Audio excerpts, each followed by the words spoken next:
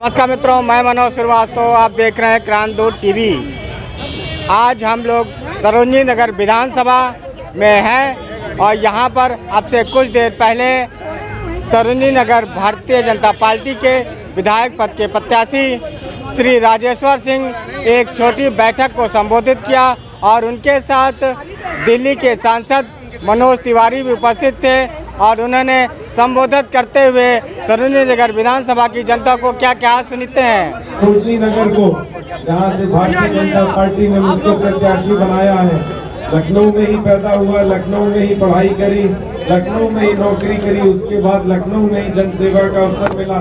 भगवान की बड़ी कृपा है, आप लोगों का बहुत आशीर्वाद है। लखनऊ सरोजनी नगर क्षेत्र को उत्तर प्रदेश नहीं, हिंदुस्तान की सबसे अच्छी विधानसभा क्षेत्र बनाने का संकल्प लेके आया हूँ। यहाँ पे आपको विश्वास दिलाता हूँ, ऐसा ऑफिस सेटअप करूंगा, ऐसा कार्य होगा, 24 घंटे तक उपलब्ध रहेगा। आगे से खाली कर दें, पीछे जो बैठे हुए उनको सब दिखे प्लीज। बहुत जो भी समस्याएं हैं वो प्राथमिकता के आधार पर निस्तारण होगा। 24 घंटे मेरा ऑफिस चलेगा।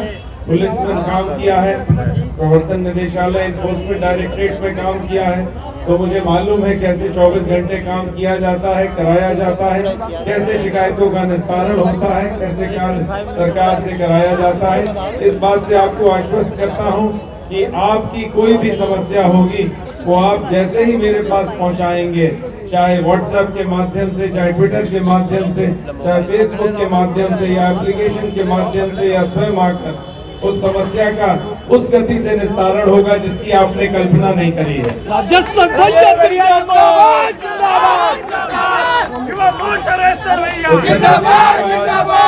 उत्तर प्रदेश का आज बहुमुखी विकास हो रहा है।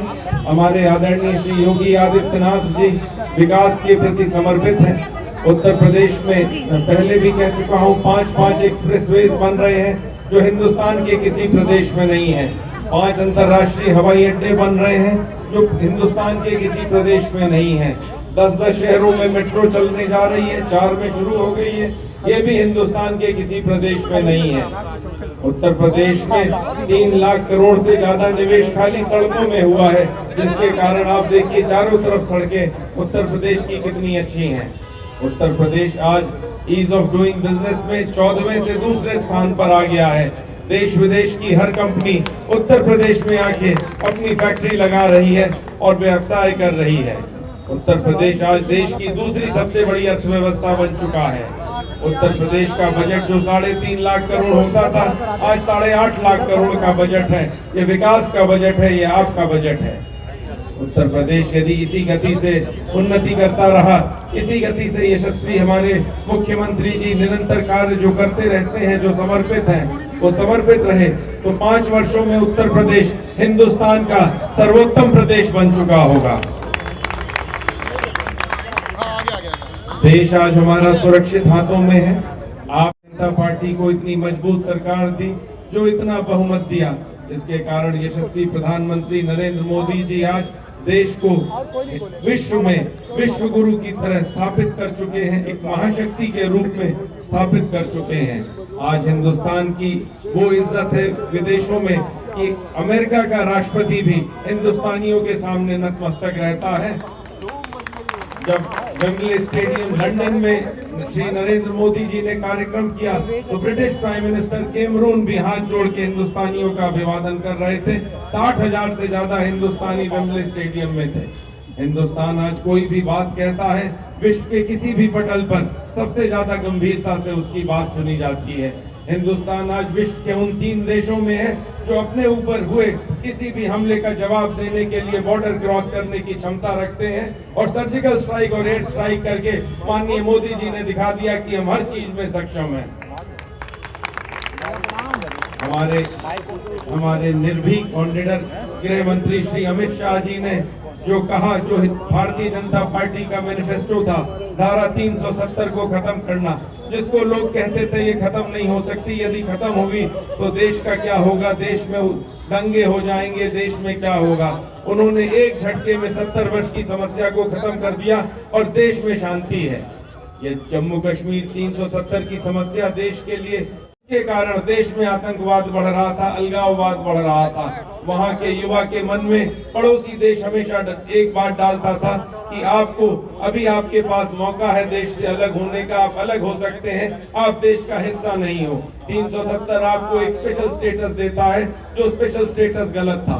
इसी कारण देश में रोज धमाके होते थे, कहीं बॉम्ब ब्लास्ट होते थे। जब से गृह मंत्री अमित शाह जी ने चार्ज संभाला है, देश से आतंकी घटनाएं बंद हो गई, धमाके बंद हो गए। उत्तर प्रदेश की कमान हमारे यशस्वी मुख्यमंत्री श्री योगी आदित्यनाथ जी के पास है। एक तरफ तो विकास हो रहा है, दूसरी तरफ सारे अपराधी माफिया आज जेल में हैं। जितने भी माफिया थे, उन्होंने कोई भी माफिया, चाहे नकल माफिया हो, चाहे भू माफिया हो, चाहे आपराधिक माफिया हो, चाहे खनन माफिया हो, चाहे खाद्यान्न माफिया हो, सारे माफिया आज जेल में हैं। ये माफिया परेशान है, ये माफिया जेल से बाहर आना चाह रहा है।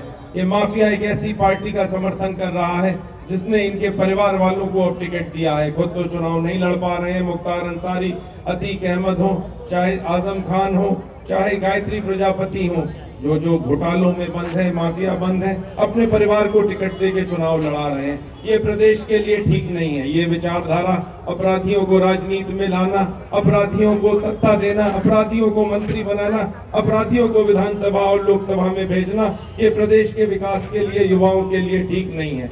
समाजवादी पार्टी का वो समय याद कीजिए जब सिर्फ घोटाले होते थे, चाहे समाजवादी पेंशन घोटाला होता हो, चाहे रिवर फ्रंट घोटाला होता हो, चाहे खनन घोटाला होता हो, चाहे खाद्यान्न घोटाला होता हो। 5 वर्षों में युवाओं के साथ धोखा किया गया। युवा इम्तिहान देता था और अंत में जब रिजल्ट आता था तो पता चलता था एक ही परिवार के, एक ही गांव के, एक ही वर्ग के लोग भर्ती हो गए और मेरिट की कोई जगह नहीं थी। युवाओं का समय वेस्ट हुआ, युवाओं के साथ छल किया गया।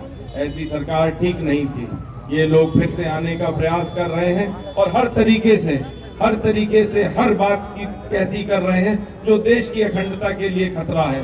ये कहते हैं जिन्ना जो है स्वतंत्रता संग्राम सेनानी है। क्यों कहते हैं जिन्ना को स्वतंत्रता संग्राम सेनानी?